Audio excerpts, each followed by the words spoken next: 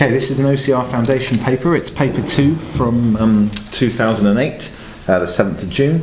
I'm going to talk you through the answers and, more importantly, how to do them. Question number 1. This is a non-calculator paper. Let's see how we get on. Write down a multiple of 6 between 10 and 20.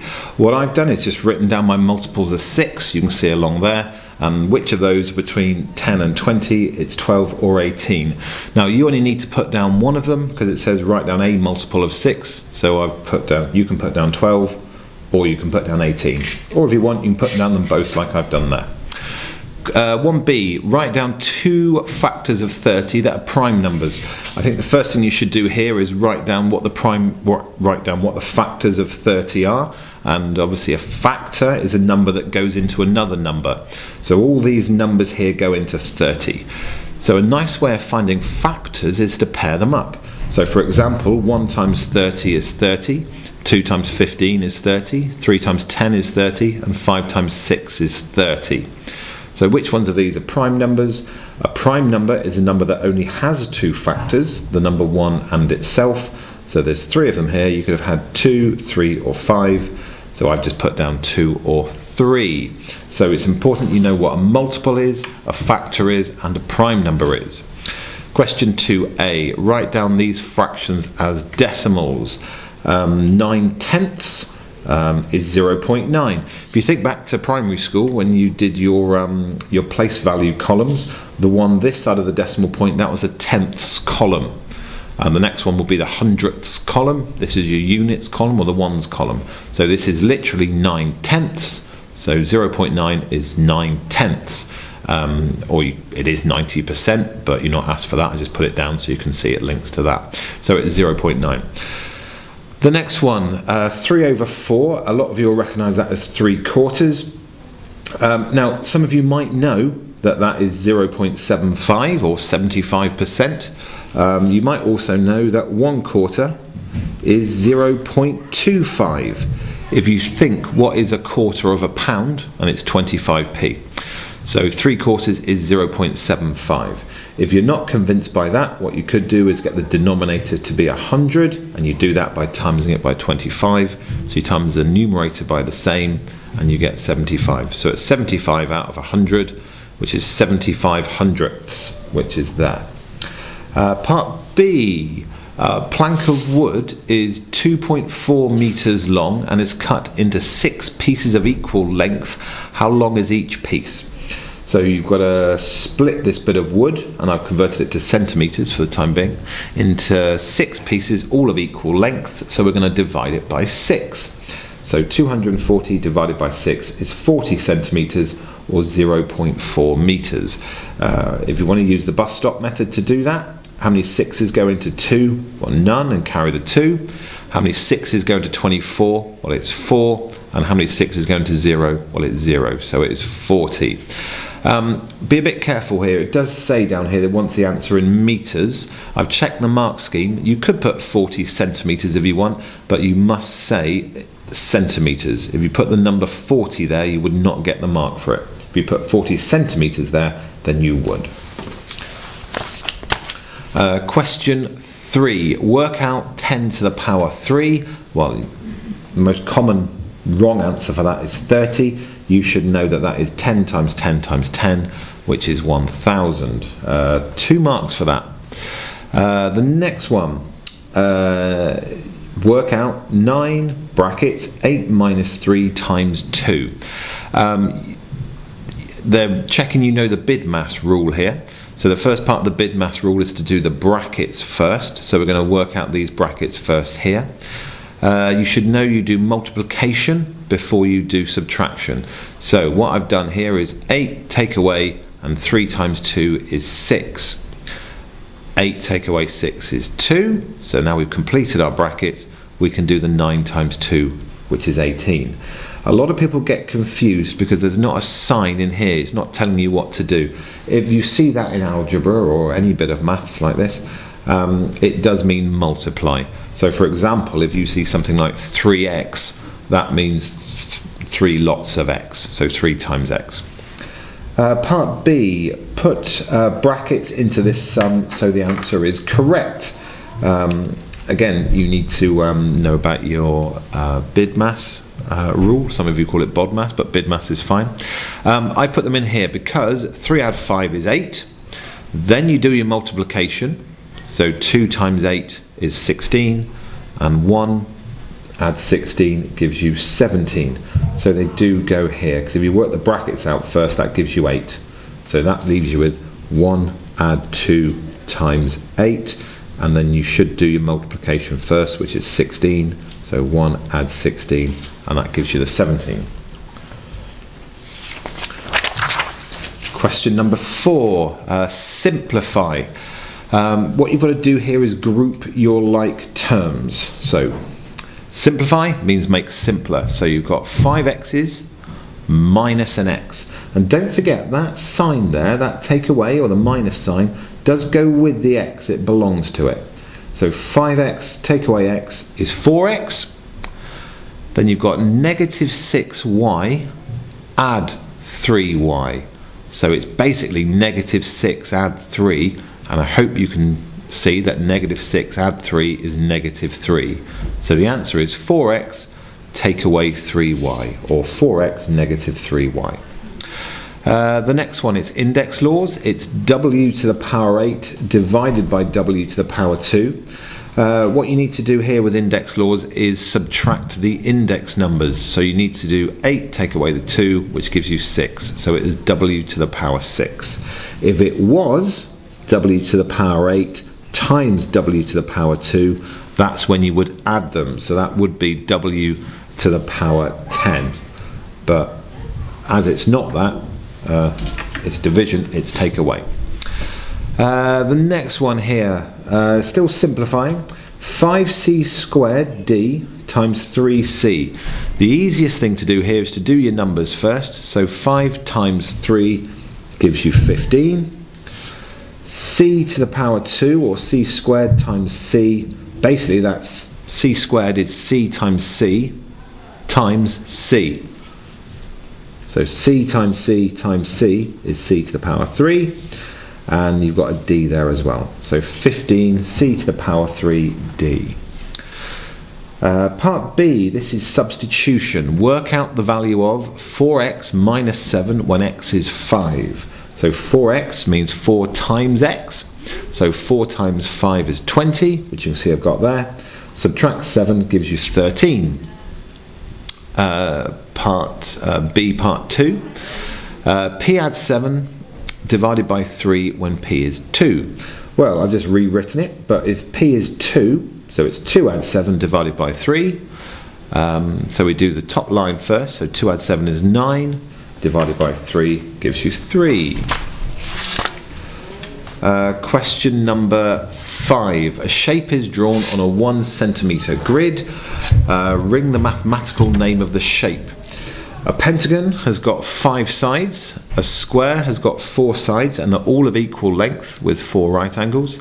An octagon, think octopus, has got 8 sides. So the only one it could be is a rhombus. So you need to circle rhombus. How many lines of symmetry does the rhombus have? It has 2 lines of symmetry, and I'm going to draw them on here for you. The first one goes down there, so that's 1 line of symmetry, it's like a mirror line, and the other one goes along here.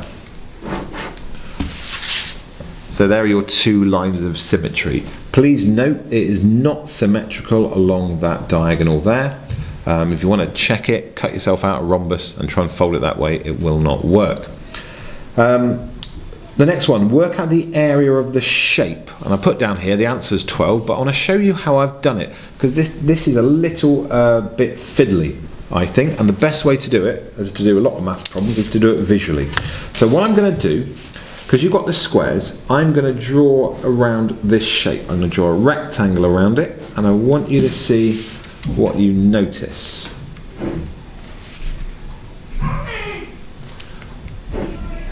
Okay, I hope you notice that the rectangle I've drawn is twice the size of the rhombus, because this bit here matches this bit, that bit matches that bit, that bit matches that bit, and that bit matches that bit. So all I need to do is to work out the area of that rectangle I've just drawn and then half it. So it is 1, 2, 3, 4, 5, 6. So it's 6 across the bottom, and it is 4 high. So 6 times 4 is 24. I'll do my workings down here. 6 times 4 is 24, and I need to half it. So 24 divided by 2 equals 12. And you've got the units already there in the answer. Question number 6. The bar chart shows the average monthly expenditure by category of households in a particular town in 2005 and 2015. So they're 10 years apart. So let's have a quick look at it. So utility bills. In 2005, you can see they were spending 100 and now that's 120, because you can see it's got 5 little notches to go between 100 and 200. So that means it's going up in 20s. And in 10 years later, the utility bill cost has risen. So let's have a look at what it wants us to find out. Part A, in which category was there a decrease in the average monthly expenditure? Right, so this one's gone up, that one's gone up, that one's gone up, and this is the only one that has come down, and that is entertainment. So I've written entertainment in there. How much more, part B this, how much more was the average monthly expenditure on housing in 2015 than in 2005?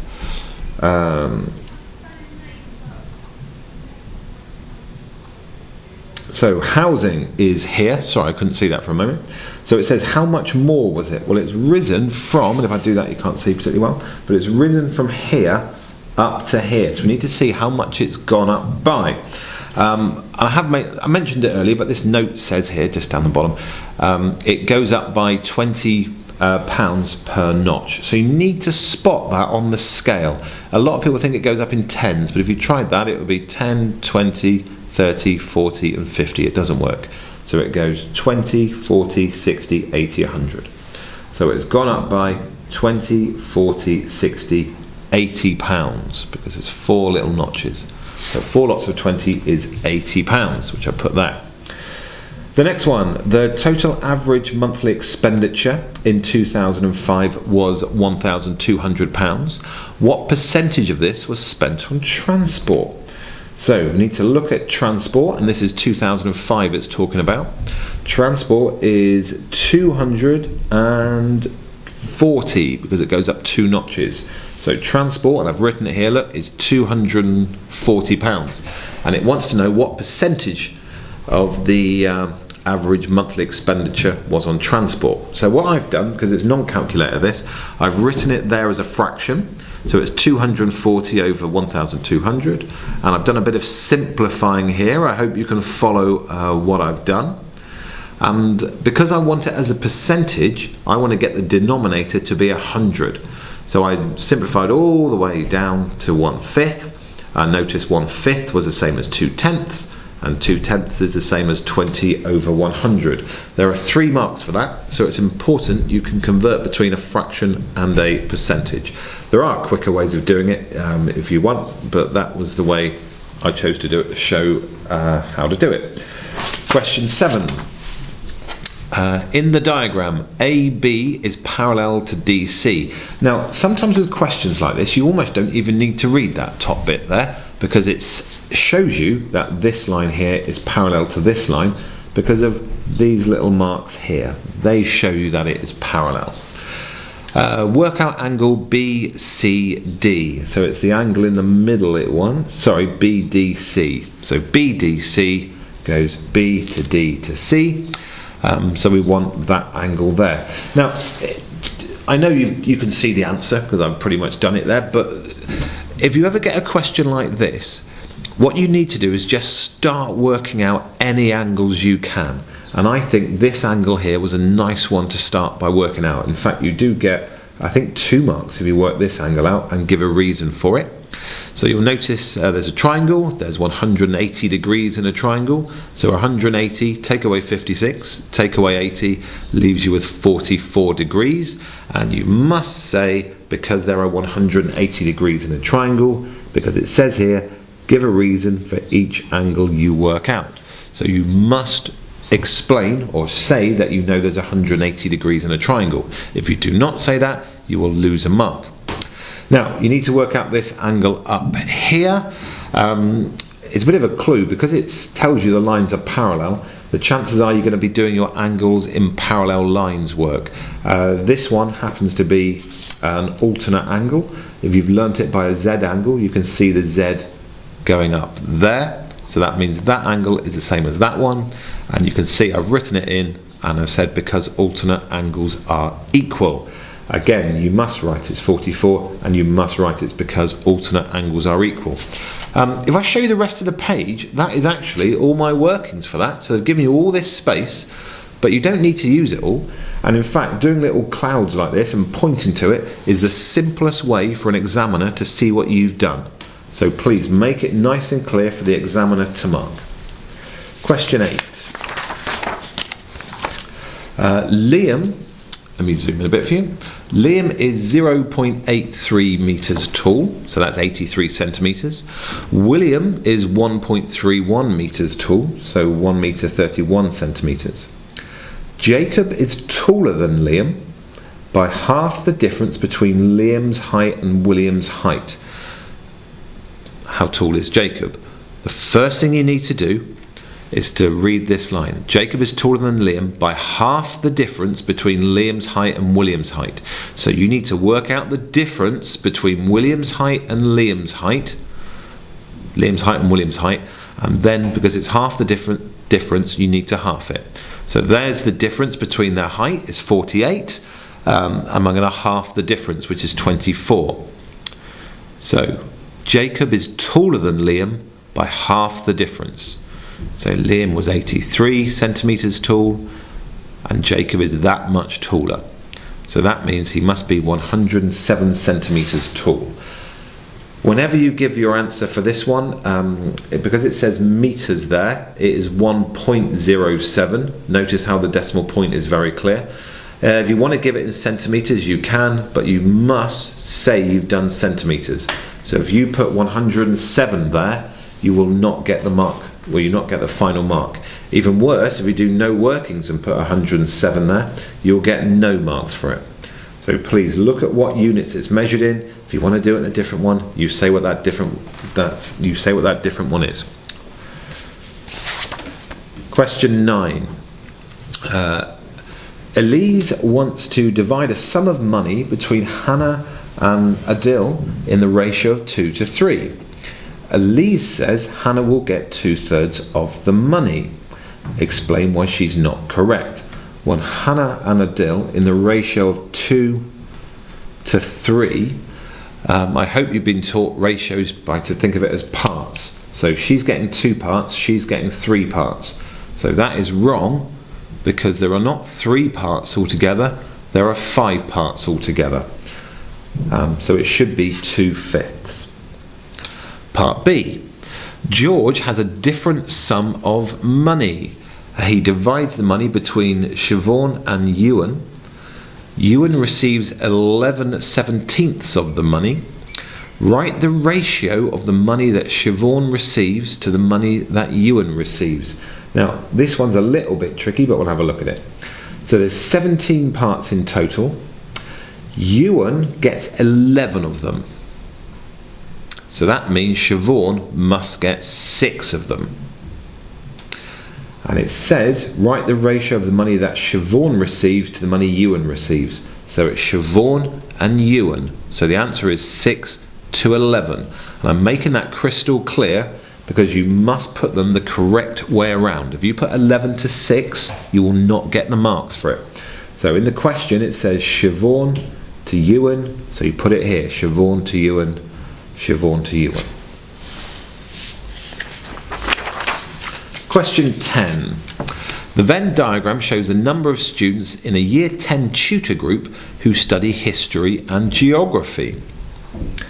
There are 29 students in the tutor group. How many students in the tutor group do not study history or geography? So what we do, we add these up because 13 study history, 9 study geography, and 5 study both history and geography. So to get the total number, we need to add up those 3, which is 27.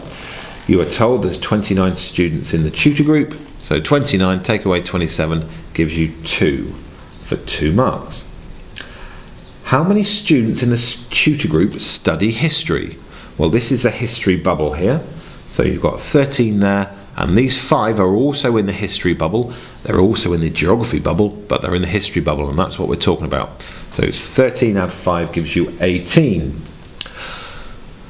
One of the students is selected at random. What is the probability they study geography and not history? Well, look at it. How many students study geography but not history? Just 9 of them. These 9 study geography but not history. So that will be 9 out of 29. Part B. This Venn diagram represents students in the tutor group who study art and physics. How many students study both art and physics? Well, to work out how many students study both, you need to see how many would be in the bit they overlap. Because they do not overlap, you know that none of them study art and physics because they are separate. If they overlapped, some would do, like they did here, but because these do not overlap, none of them study art and physics together. Question 11. Lou has a bag only containing red grapes and green grapes. 4/9 of the grapes are red. Immediately I put down here, so 5/9 must be green. If there are 8 red grapes in the bag, how many grapes are green? Well, 4/9 of the grapes, which are red, that means there's 8 of them. So 1/9 of the grapes must be 2 grapes. And if you picture that in a sort of pie chart here, we split that into 9ths, best I can. 1, 2, 3, 1, 2, 3, 4, 5, 6, 7, 8, 9. If 4/9 of them, 1, 2, 3, 4, add up to 8, then 1/9 of them must add up to 2. So how many grapes are green? Well, 5/9 of the grapes are green, so that would be 1, 2, 3, 4, 5. 2 add 2 add 2 add 2 add 2 gives you 10. So 10 of the grapes are green. Part B. I thought this one was really tricky, and I'll try and explain it the best I can. Sophia has a different bag, only containing red grapes and green grapes. The number of grapes in her bag is different, but 4/9 of the grapes are also red. She picks out a red grape from her bag and she eats it. So 3/7 of the remaining grapes in her bag are red. How many of the remaining grapes in her bag are red and how many are green? Right. What I've done here is I know that 4/9 is the same as 16/36 because I multiply the numerator and denominator by 4. I also know that 3/7 is 15/35 because I've multiplied the numerator and denominator by 5. Now the reason I've chosen those 2 numbers to use is because that's the position she's in when she starts. So let's assume she's got 36 grapes in there. If you take one out, it's going to go down to 35. So you do need to start playing around with your fractions and find one that goes in that 4/9 is the same as and 3/7 is the same as, but it is 1 less. I did say this was really tricky, and I thought it was really stingy for only 2 marks actually. So if we assume there are 36 grapes in the bag, the probability of a red one is 16/36 because it's the same as 4/9. Remove one of the red ones, then the probability of taking a red grape is now 15/35 because you've removed a red grape and obviously you've removed a grape, so there's 15 left out of 35. So that means that 15 of the grapes must be red and there's 20 that must be green because those 2 must add up to 35. Very nasty question. If you got stuck on that one, don't beat yourself up too much over it. There's plenty more easier marks to get. Question number 12. There you go, much nicer. Multiply out the single bracket. So 4c times d is 4cd, and 4c times 5 is 20c, There's a minus sign in the middle. That goes in the middle. 2 marks, nice and easy.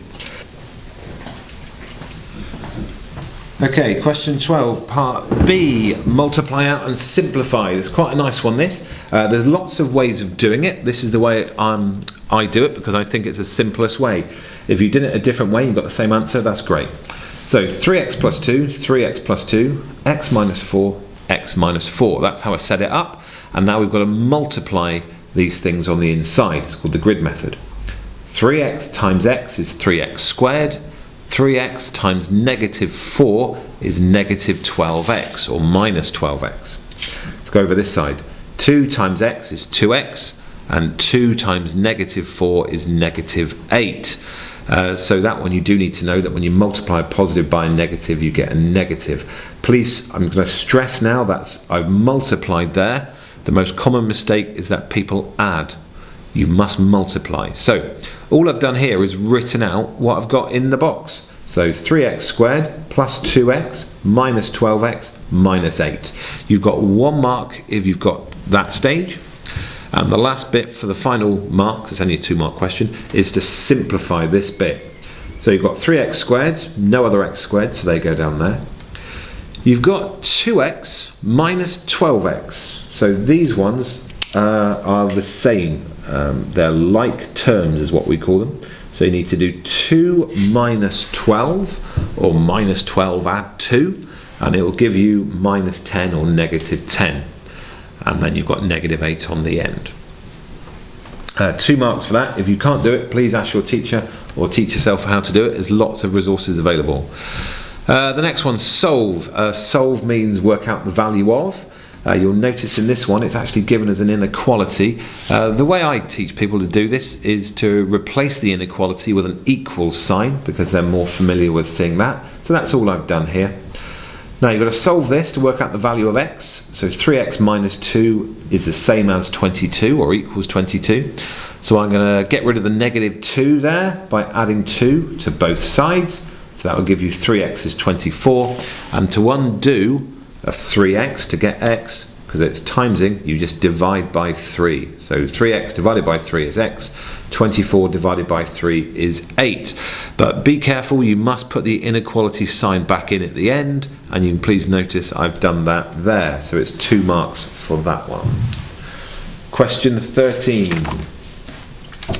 Calculate 3/5 plus 5 over 8.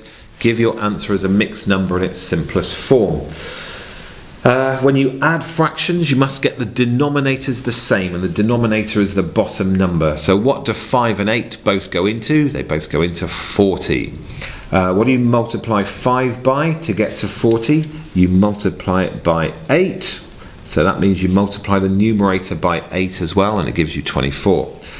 What do you multiply 8 by to get to 40? You multiply it by 5. So 8 5s are 40, so 5 5s are 25. So 24 over 40, add 25 over 40, remember when you're adding them, the denominator stays the same, is 49 over 40. You probably get 2 marks for that, and it wants it as a mixed number in its simplest form. So that's an improper fraction or a top-heavy fraction. So how many 40s go into 49? Well, it's 1 whole one, and there's 9 left over. Part B, a bit of standard form. It says work out 5 times 10 to the power 4. Take away 1.6 times 10 to the power 3. Just zoom in on my workings here. So what I've done, I've converted that to standard form to give me 50,000. I've converted that to standard form to give me 1,600. If you're not familiar with converting these numbers to standard form, you need to go away and ask your teacher. Because I don't want to go through it on this question, but there's a skill you need to be able to do. Now, because we're subtracting, I've just done it in the column method here. So it's 50,000, take away 1,600. I'm assuming you can all use column subtraction. And that gives you 48,400, but you need to give your answer in standard form. So that will be 4.84 times 10 to the power 1, 2, 3, 4. So 4.84 times 10 to the power 4. Next one, question 14. Here is the nutritional information for a 110 gram serving of cereal. So your carbohydrates, you get 99.4 grams, your proteins are 9.5 grams, and your fats are 1.1 grams. Emily says that more than 90% of this serving is carbohydrate. Is she correct? Well, the whole amount of the serving is 110 grams. So why don't we find out 90% of 110, which is, well, I suppose we should show how we've done that. So 10% of 110 is 11. So 90%, you times it by 9, will give you 99 grams.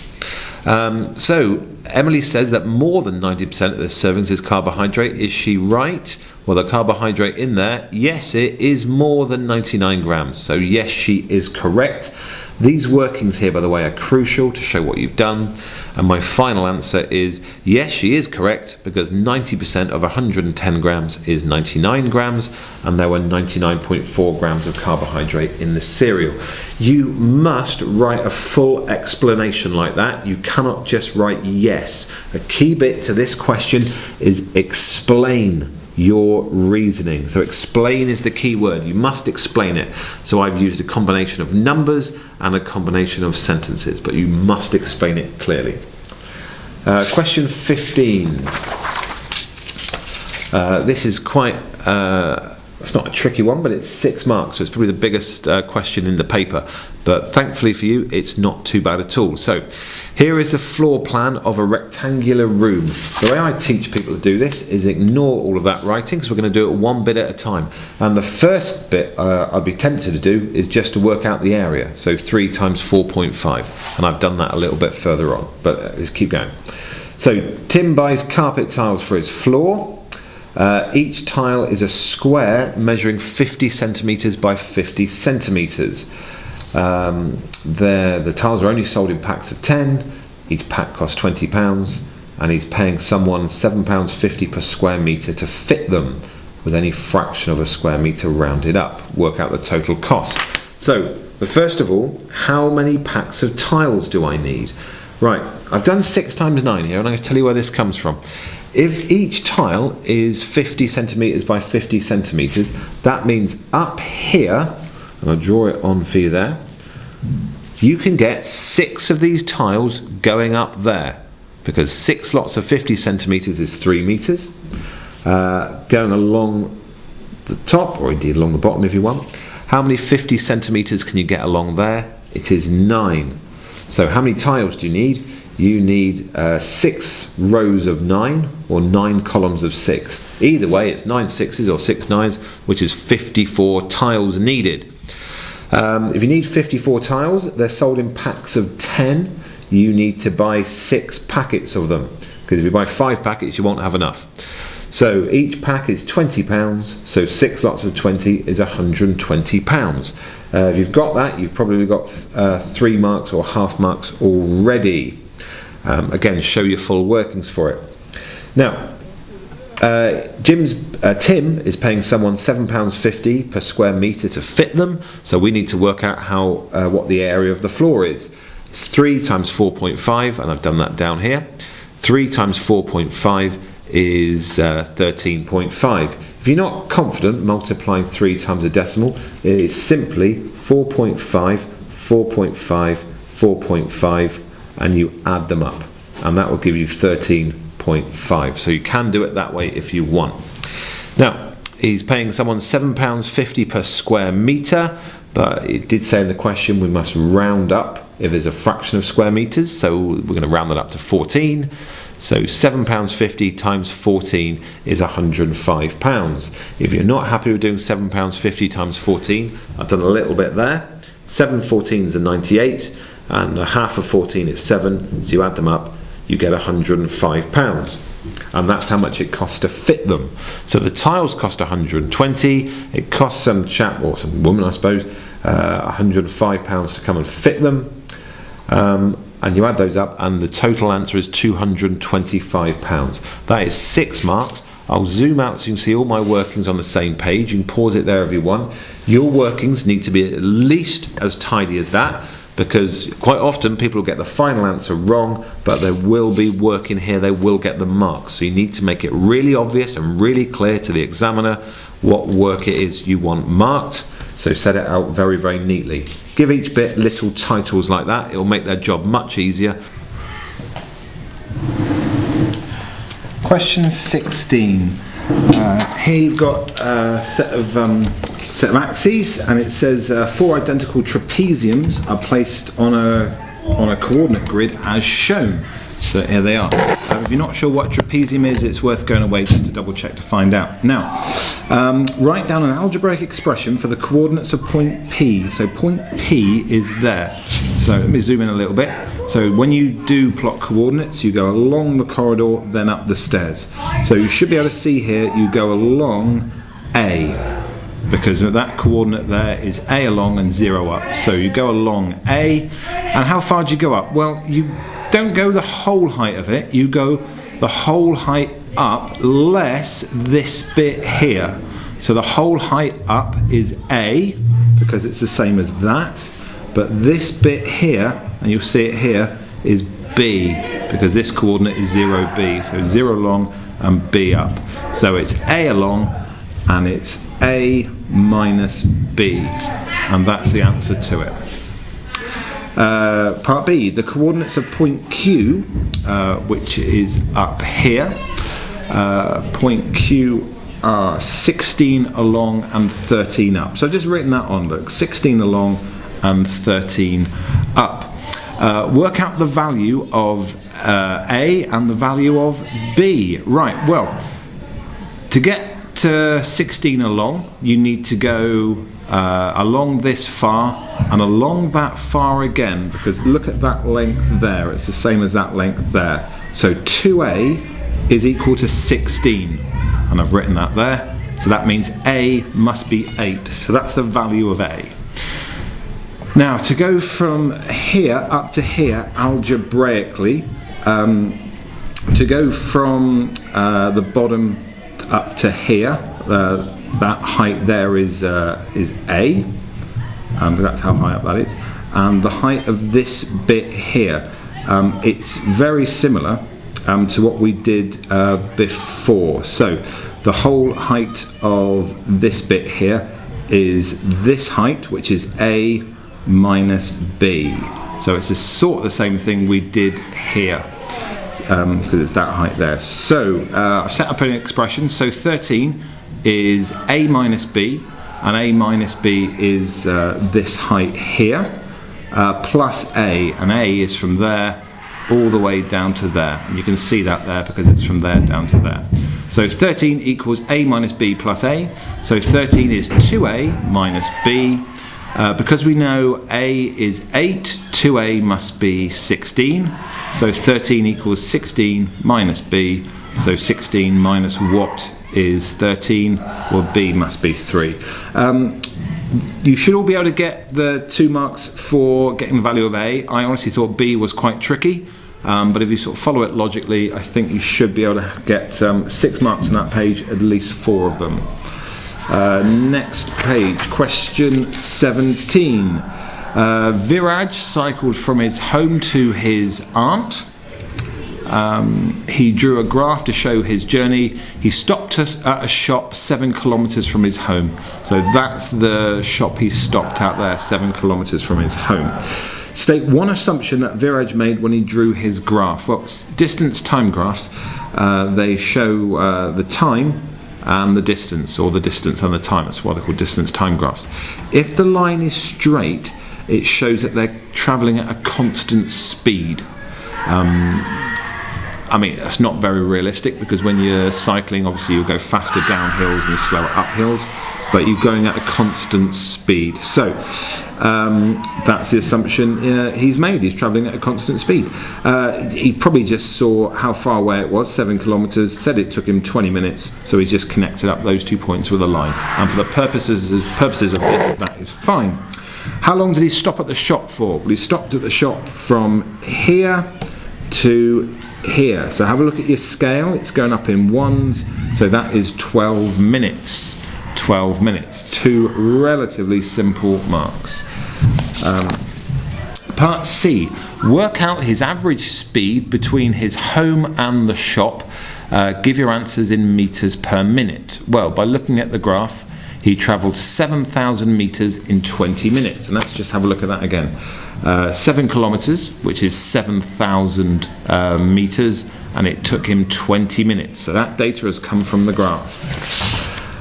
Speed is distance over time. Here's your speed, distance, time triangle you need to be aware of and familiar with. Make sure you learn it and use it. So what was his average speed? Speed is distance over time. So because it wants it in meters per minute, 7,000 meters, which I'll put underneath it, that's brackets 7 kilometers. I've just converted it. Divided by 20. So 7,000 divided by 20 is 350 meters per minute. And that sounds like a reasonable speed to be going on a bike. How can you tell, without doing any calculations, that Viraj's average speed between his home and the shop is greater than his average speed between the shop and his aunt? So what it's saying is, how do you know that his average speed is greater here than it is here? So why is it faster here than it is here? And the answer is because here the line is steeper. That means he's covering a greater distance in less time. Over here he covered he covered more distance, I think, at 12. Actually covers less distance because it's only 5 kilometers there, but it seems to have taken him longer. So the moral of the story is, if the line on a distance time graph is steeper, that means you're traveling faster. And that's what I've written there, because the graph is steeper for the first part of his journey. Question 18. The table shows the relative frequencies of the results for a football team after a number of games.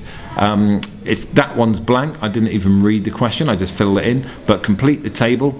Well, those two add up to 0.65. We know they've got to add up to 1, or we should know that. So 1, take away 0.65 is 0.35. 2 marks just for that. Part B. The team lost 10 more games than they won. How many games did the team play altogether? Well, they lost 10 more games than they won, and that looks about right, because they're statistically more likely to lose games. We work out the difference between the games that they lost and they won, and here it is 0.25. So how many games did the team play altogether? Well, to get 0.25, which is 10 games, because it says they lost 10 more games than they won, and the difference is 0.25. So 0.25 equals 10.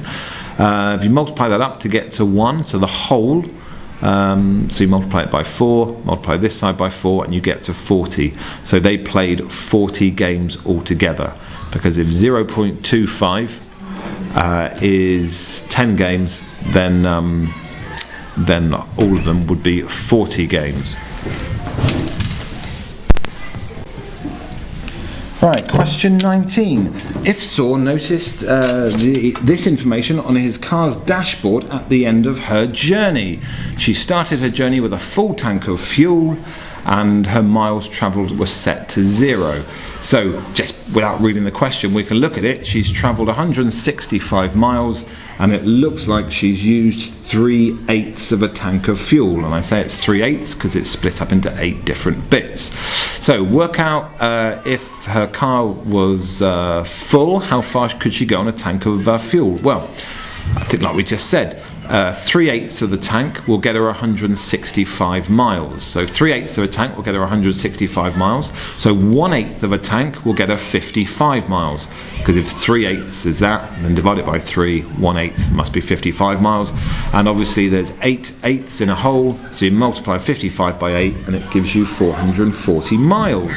Relatively straightforward, that one, I think. I'll leave the workings there in case you want to pause it. What assumption have you made in answering part A? The assumption is that the rate of petrol consumption stays the same. And what we mean by that is, this is that real life maths that they put in there sometimes. If you're driving up a hill or really, really fast, your fuel consumption will be quite high.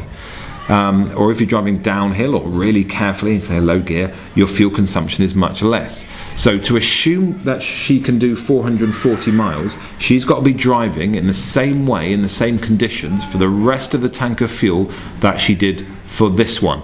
If this 3/8 of a tank of fuel is her driving as fast as she can around Silverstone racetrack, then she's using up loads of fuel. Or if she's coasting down a hill for 165 miles, if that's even possible, they've got to be doing that for the rest of the trip, so the fuel consumption stays the same. So the answer is the rate of petrol consumption stays the same, or something to that effect.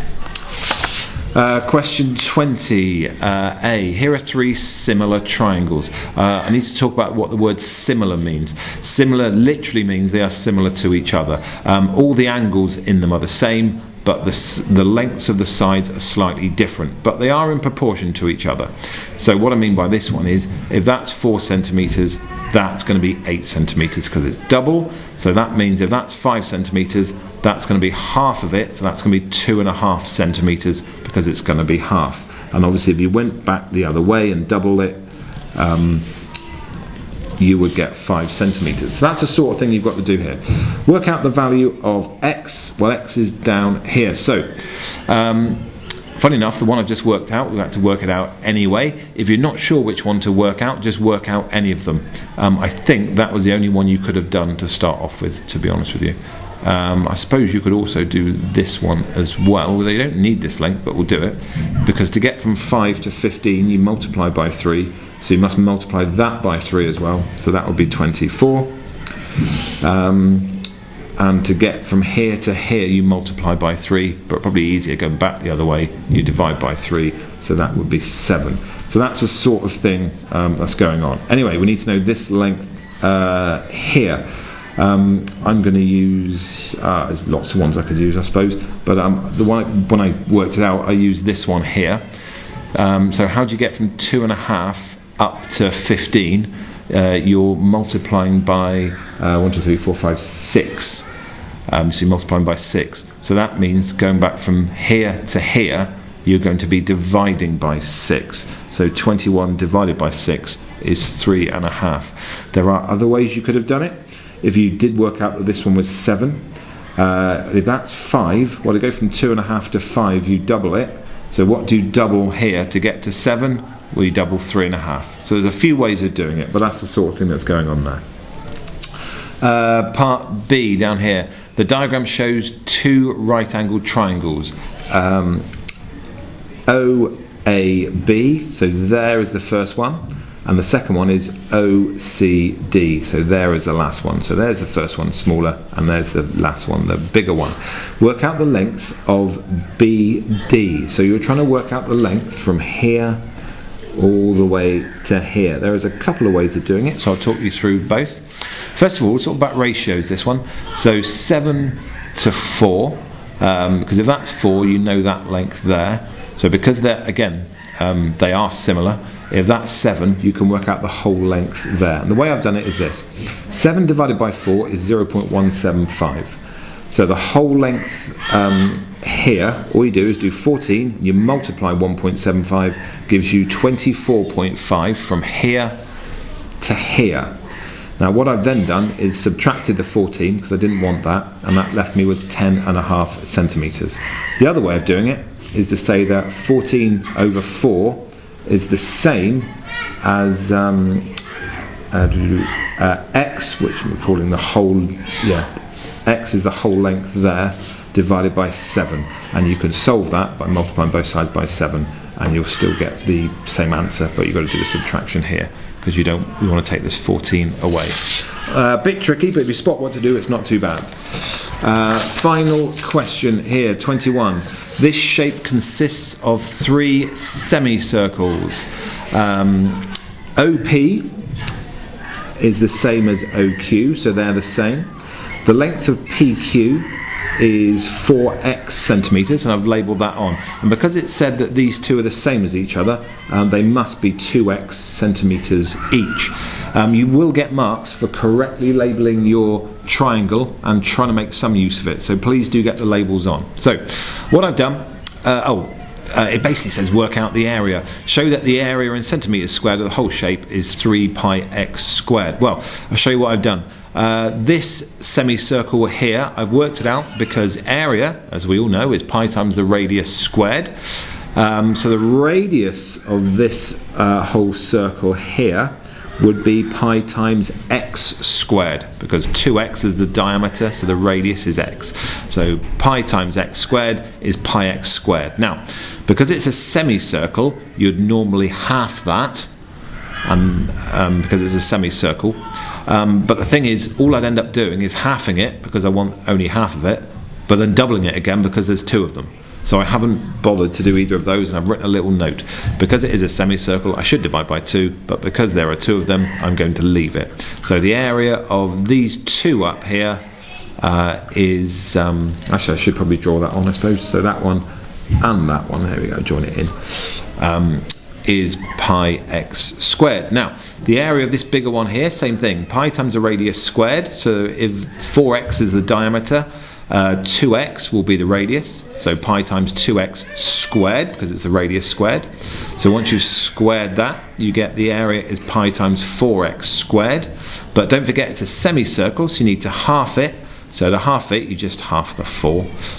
So it's 2 times pi times x squared, so 2 pi x squared. Now, you need to add the area of this, which is the two semicircles at the top, to the big one, which is this, and you get 3 pi x squared. That was a tricky question. It's the last one. It's all about circles, non-calculator. If it's 5 marks, look, if you don't think you can get all 5 marks in it, please listen to what I've said. Try and work out the areas of these 3 separate circles, and if you come unstuck, it doesn't matter, because you've shown some workings, and because it's 5 marks, there'll be plenty of marks available. I hope that helped. Thank you very much for watching. Any comments on how it could be better, please let me know. Thank you very much.